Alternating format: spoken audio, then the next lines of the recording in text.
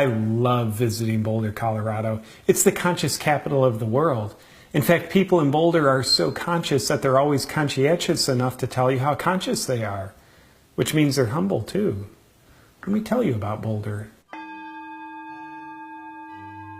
With Boulder, you're in what's called the Boulder bubble. What's that? That's 25 square miles of reality that's then surrounded by the rest of the world. Everything outside of the Boulder bubble is pretty abnormal. As soon as I arrive in Boulder, I instantly want to put on a vest and get behind the wheel of a Subaru Outback. I don't know why, but it's great. I think it might have something to do with astrology.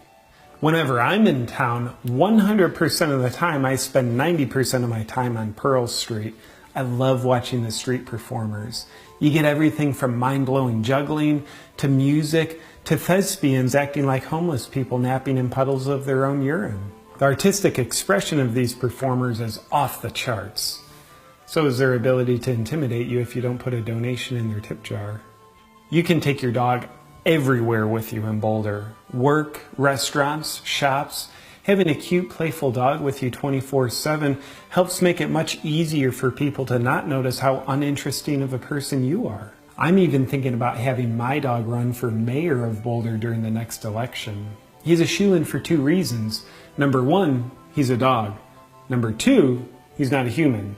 Boulder loves that. Everybody in Boulder is all about community. My favorite thing to do there is to get together with like-minded people as a community, call ourselves a community, and then talk about how we can build more community. It's basically like Boulder's a giant cult, only it's different because everyone there is free to think that they're free thinkers. But it's also exactly like a cult. During my mornings in Boulder, I go to the Cup for an organic, fair trade, on-tap nitro cold brew coffee. They have authentic hipster baristas there that genuinely don't care about you. It's awesome. It reminds me of my childhood. That's why I keep going back. Midday, the thing to do is walk to Alfie's to get a kombucha, a shot of wheatgrass, and to be resented by the vegans when they see me buying meat.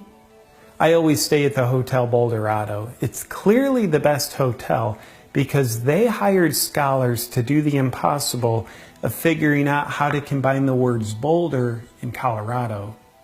Boulderado was the result. You might call it slurred speech, but I call it genius.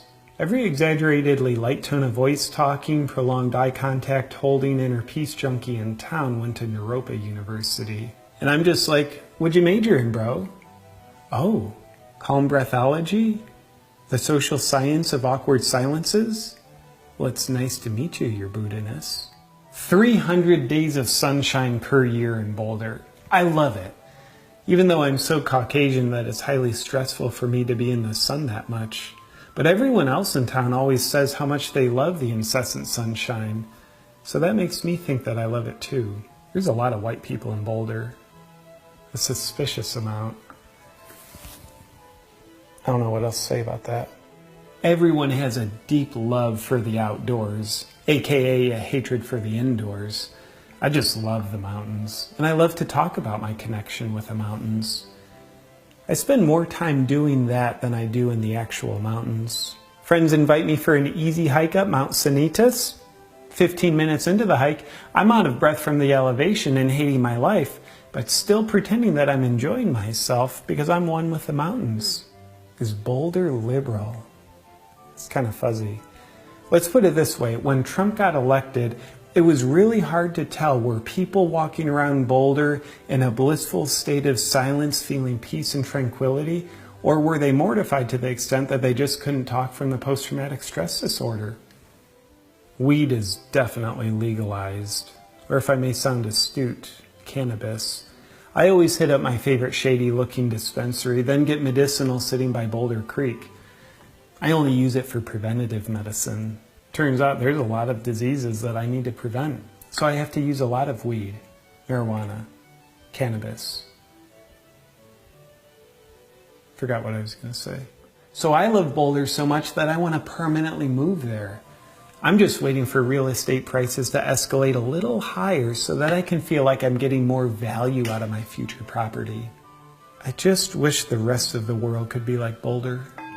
This Tuesday, March 7th, I'll be back in Boulder for the official release event for my new book, How to Be Ultra Spiritual, hosted by the Boulder Bookstore. And I'd love to have you come and join me. Just visit boulderbookstore.net to grab your tickets.